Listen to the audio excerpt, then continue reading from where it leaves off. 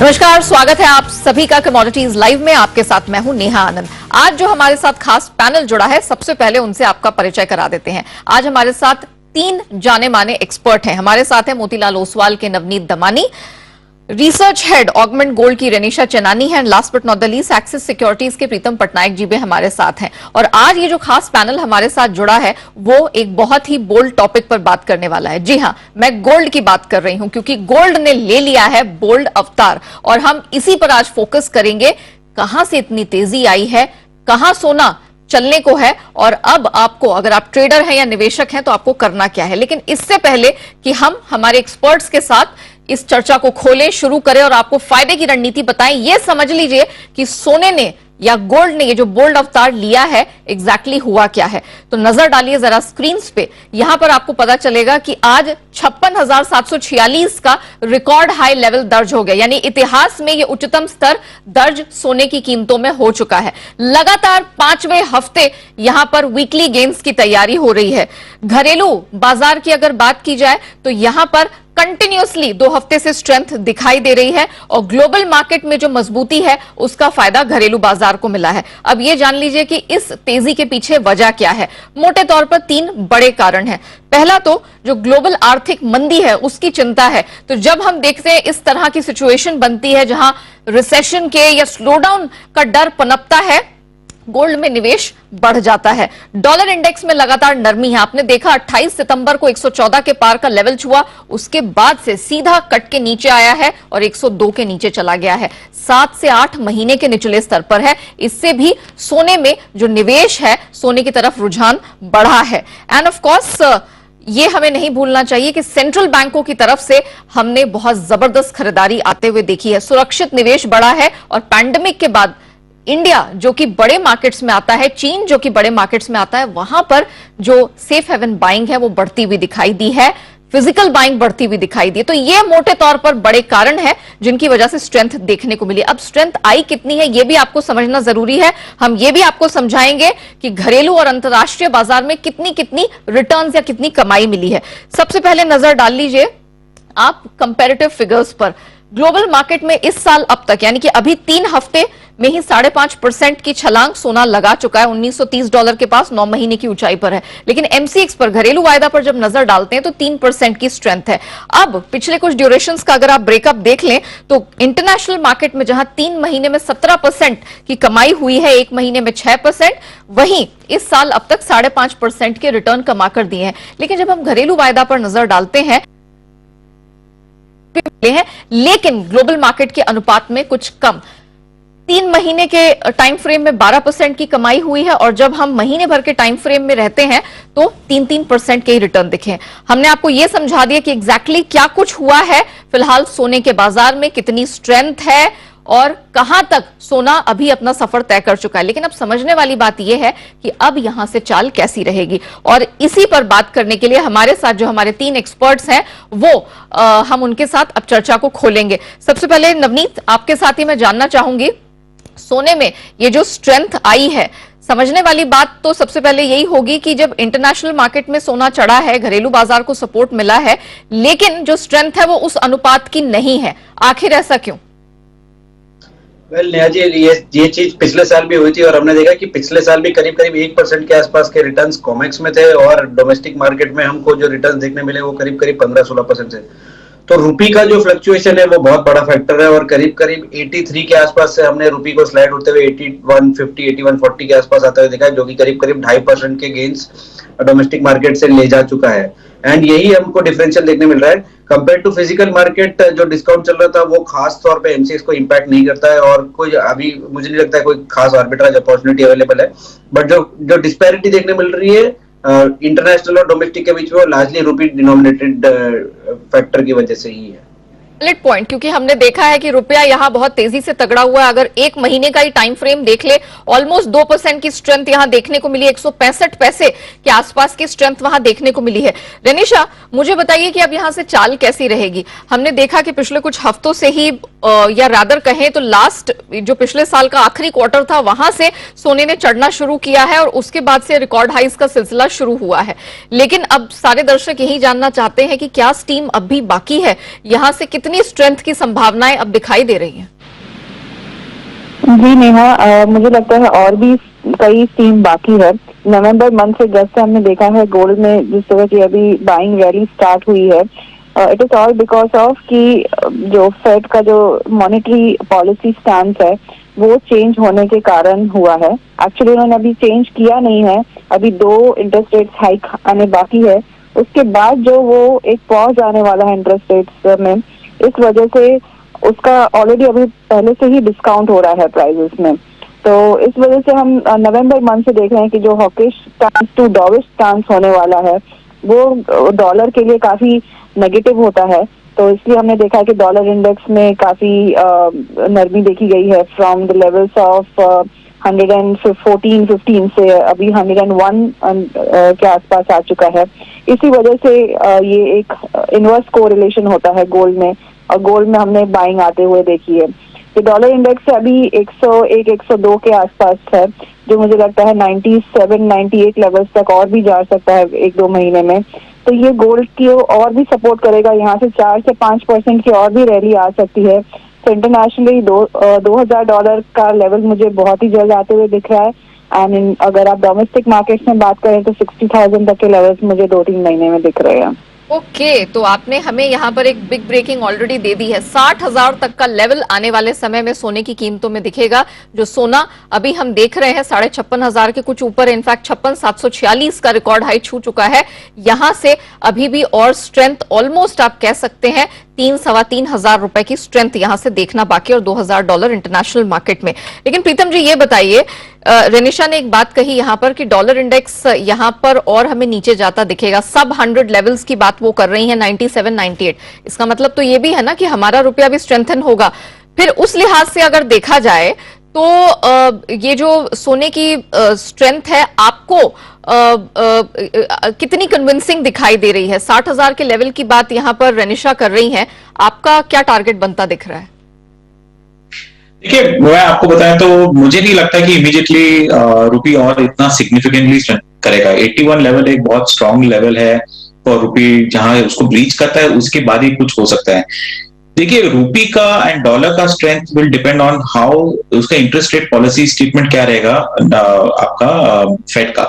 Fade ने कल भी और 2-3 ऑफिशियल्स ने कल डिस्कस किया था, उन्होंने बहुत क्लियर इंडिकेशन दिया है कि इमीडिएटली तो वो कहीं इंटरेस्ट रेट काटने नहीं वाले हैं, बल्कि ये तो उनका इंडिकेशन ऐसा था कि इंटरेस्ट रेट बढ़ाते रहेंगे बट उसका rate of interest rate hikes will be small, छोटा रहेगा।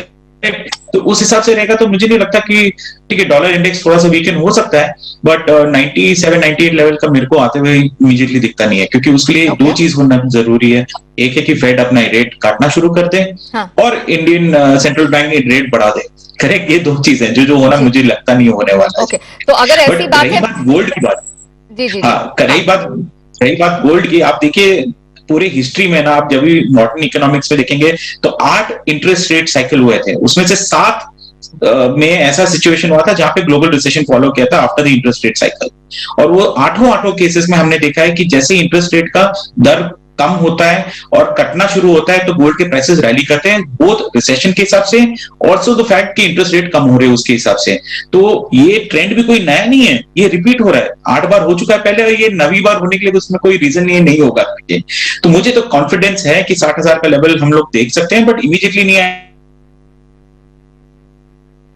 प्रीतम जी के ऑडियो में कुछ दिक्कत है, वो बहुत ही यहाँ इंटरेस्टिंग पॉइंट रेस कर रहे थे कि 60,000 का लेवल मिलेगा लेकिन उसके लिए कुछ करना पड़ेगा, इंतजार। नवनीत, आपके पास आती हूँ, फटाफट मुझे बताइए कि अब ट्रेडर्स को यहाँ पर क्या रणनीति अपनानी है, आज और आने वाली कुछ ट्रेडिंग सेशंस में क्या करना है, और निवेशकों के लिए आपकी क्या सलाह होगी? वेल, ये तो प्योरली ट्रेडिंग मार्केट हो गया, बिकॉज निवेशकों के लिए यहाँ पर एंट्री लेना थोड़ा सा कॉशियस अप्रोच रखना चाहिए। मेरे हिसाब से करीब 10 से 12% का रैली हमने बहुत जल्द देखा है, और यहाँ पर निवेशक अगर एंटर करेंगे तो इंक्रीमेंटल गेन जो है वो जरूर 5-6% के मिल सकते हैं, बट उसमें टाइम होराइजन जो काफी बड़ा हो सकता है, जैसे प्रीतम जी ने बताया। मेरे हिसाब से शॉर्ट टर्म के लिहाज से कंसोलिडेशन या करेक्टिव मूव आ सकता है, बट इमीडिएट बेसिस पे अगर आज आपको 56,500 के आसपास मिले तो बाय किया जा सकता है। 56,350 का स्टॉप लगाइए एंड 56,800 तक के टारगेट देखने मिल सकते हैं। ट्रेंड शॉर्ट टर्म में थोड़ा सा नेगेटिव होगा 56,200 के नीचे, वहां पे अगर ब्रीच हो जाता है टेक्निकल पैरामीटर्स, तो आपको एक रीजनेबल करेक्शन शुरू होता है दिख सकता है गोल्ड प्राइसेस में। वो करेक्शन दिखे तो देखा जाए तो निवेशकों के लिए अच्छी ही बात होगी। कोई भी डिप, कोई भी करेक्शन, उन्हें यहां पर बेहतर एंट्री पॉइंट मिल सकता है। लेकिन ऑफ कोर्स ट्रेडर्स के लिए तो यहां पर आज खरीदारी बनती है, लेकिन 56,200 का जो लेवल यहां पर नवनीत ने मेंशन किया उसे वॉच करिएगा। रनिशा, आपके पास आऊंगी। सोने की तो बात हो गई, जहां पर क्लियर कट स्ट्रेंथ के इंडिकेशंस दिखाई दे रहे हैं, जो कि पिछले साल बड़ी मुश्किल से देखने को मिले थे। मुझे बताइए चांदी पे क्या व्यू है? 70,000 के पार इसको बड़ा बहुत डिफिकल्टीज, बहुत रेजिस्टेंस झेलनी पड़ रही है। इसका फ्यूचर क्या है, क्या किया जाए? 7,000 टू 70,000 की रेंज में ट्रेड हो रही है पिछले कुछ दिनों से, एंड 70,000 के ऊपर थोड़ा रेजिस्टेंस आ रहा है। और इंटरनेशनली देखे तो $25 के आसपास हम ये रेजिस्टेंस फेस कर रहे हैं, क्योंकि कलर 70,000 एंड $25। बट एक बार ये ब्रीच होता है, जिस तरह से गोल्ड में रैली स्टार्ट हो चुकी है, मुझे लगता है जो हायर बीटा कमोडिटी सिल्वर होता है 1.5 बीटा रहता है, तो ये कहीं ना कहीं बाइंग फिर सिल्वर में भी लाएगा। और जैसे न्यू ईयर स्टार्ट हुआ है, हमने देखा है काफी एसेट एलोकेशन गोल्ड सिल्वर में बड़े बड़े फंड्स के डाले गए हैं। तो सिल्वर भी एक काफी अंडर परफॉर्मिंग कमोडिटी रहा है काफी सालों से, एंड पिछले साल के अच्छे परफॉर्मेंस के बाद इस साल भी एक्सपेक्टेड है। मेरा टारगेट फॉर 2023 $30 तक है। तो मुझे लगता है हम लॉन्ग टर्म में सिल्वर को 85,000 तक के लेवल्स, 83 to 85,000 तक के लेवल्स इंडियन मार्केट्स में देख सकते हैं। तो ये जो रेंज बन रही है, इसमें इनफैक्ट एक अच्छी बात है कि हम थोड़ा बहुत करेक्शन देख रहे हैं, हेल्दी करेक्शन देख रहे हैं प्राइजेस में। तो ये डिप्स पे उल्टा बाय करने की अपॉर्चुनिटी मिल रही है। आई वुड एडवाइज कि जिसके लॉन्ग टर्म का व्यू है, फॉर दिस एटलीस्ट 1 साल का भी व्यू हो, तो ये डिप्स पे आप बाय कीजिए। 83-85,000 तक के हम टारगेट 2023 में देख सकते हैं। मौजूदा स्तरों से 10 से 15,000 तक का इजाफा देखने को मिलेगा, तो निवेशकों के लिए ये भी एक एरिया है जिसको बिल्कुल भी मिस नहीं करना चाहिए। रनिशा, थैंक यू सो मच हमारे साथ जुड़ने के लिए, बुलियन पर अपने व्यूज और विचार रखने के लिए। प्रीतम जी, एक इंट्राडे चेक में आपसे भी लेना चाहूंगी, क्या सलाह होगी चांदी में? चांदी में यदि 68,300 का लेवल आता है तो हम लोग बाय कर सकते हैं। वहां पे एक स्टॉप लॉस जरूर लगाइए 67,400 का, और टारगेट प्राइस रहेगा 69,400। चलिए, इसी के साथ वक्त हुआ एक छोटे से ब्रेक का। हमने आपको ये तो बता दिया कि सोने और चांदी में करना क्या है, लेकिन काफी एक्शन हमने मेटल्स और एनर्जी स्पेस में भी देखा है। उस पर करेंगे फोकस नवनीत और प्रीतम जी के साथ एक छोटे से ब्रेक के बाद।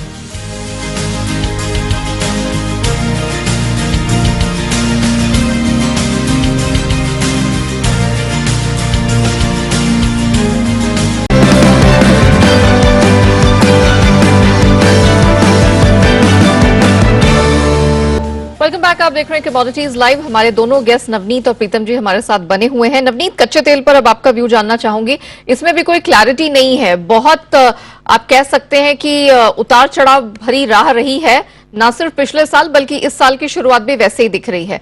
$86 के पार ब्रेंट है। अब क्या किया जाए? यहां से तेजी है या मंदी के संकेत? जी, अगर ब्रेंट का बॉर्डर रेंज हम देखें तो 80 to 87 डॉलर ये करीब करीब 1.5 महीने से चल रहा है। और अगर हम WTI का रेंज देखें तो 75 से लेके 82 ये रेंज में WTI काफी टाइम से तेज कर रहा है। अभी हम फिलहाल upper band of the range के आसपास है, और चाइना रीओपनिंग के बाद से थोड़ा बहुत पॉजिटिव इम्पेटस मिला है।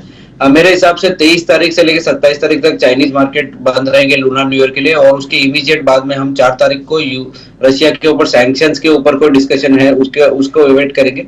तो अगले कुछ दिन मुझे लगता है मार्केट रेंज बाउंड ही रहेगा, और ये रेंज जो है, ये ब्रॉडर रेंज कंटिन्यू रहेगी अगले 1 से 2 हफ्ते तक भी। शॉर्ट टर्म के लिहाज से अगर मैं नवनीत के ऑडियो में थोड़ी सी दिक्कत आ रही है, लेकिन प्रीतम जी के पास चलते हैं। प्रीतम जी, मुझे बताइए कि कच्चे तेल में आज क्या करना है? आज मुझे लगता है कि यदि 6,550 लेवल आता है तो एक बार बाय करके चल सकते हैं, पर एक स्ट्रिक्ट स्टॉप लॉस जरूर लगाई है 6,480, और टारगेट प्राइस रहेगा 6,640 का।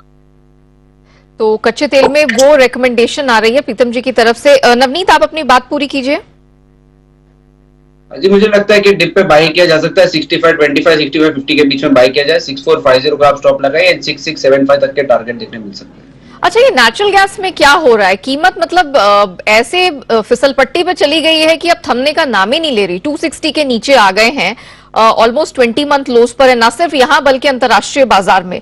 तो ये गिरावट कहीं थमने का नाम लेगी या फिर अभी और गिरावट बाकी है? नवनीत, ये सवाल आपके लिए। जी, नेचुरल गैस बेसिकली फंडामेंटल्स और काफी सारी चीजों से दूर हट के एक अलग ही दिशा में चल रहा है, और हमने जो इसमें फॉल देखा है वो बहुत स्टीप है और बहुत शार्प है। निवेशकों को काफी ट्रेडिंग में दिक्कत आ रही है, और इसका कंटिन्यूस फॉल ये इंडिकेट कर रहा है कि मार्केट में स्पेकुलेटिव इंटरेस्ट काफी हावी है एज विज़ाविस फाइनेंशियल इंटरेस्ट कह लीजिए या आप फंडामेंटल्स कह लीजिए। टेक्निकल पैरामीटर्स में मैं कहूंगा कि 240 250 के बीच में आसपास ही कहीं पे आके थमेगा, बट फिलहाल के लिए मोमेंटम काफी स्ट्रांगली नेगेटिव है, तो बाय करने की कोई स्ट्रेटेजी नहीं है। इनफैक्ट अगले 1-2 दिनों में हम नेचुरल गैस का रोल ओवर देखेंगे, जो करीब करीब 22-23 रुपया प्रीमियम पे डिस्काउंट पे रोल ओवर हो रहा था, वो 2 दिन के अंदर इवेपोरेट होकर जीरो के आसपास हो गया है। तो हमने ये देखा कि निवेश जो अटके हुए हैं इंटरनेशनल और डोमेस्टिक मार्केट में, उन्होंने पोजीशन रोल ओवर भी की है, और जिसका इंडिकेशन आपको क्लियर स्प्रेड में देखने मिलता है, जो नियर और नेक्स्ट मंथ के बीच में चल रहा था, जो लगभग जीरो के आसपास हो गया है। नवनीत जी, मुझे बिल्कुल 30 सेकंड में बताइए, मेटल्स में क्या करना है? कॉपर, एल्यूमिनियम, जिंक, क्या सलाह होगी, क्योंकि अंतर्राष्ट्रीय बाजार में स्ट्रेंथ बरकरार है?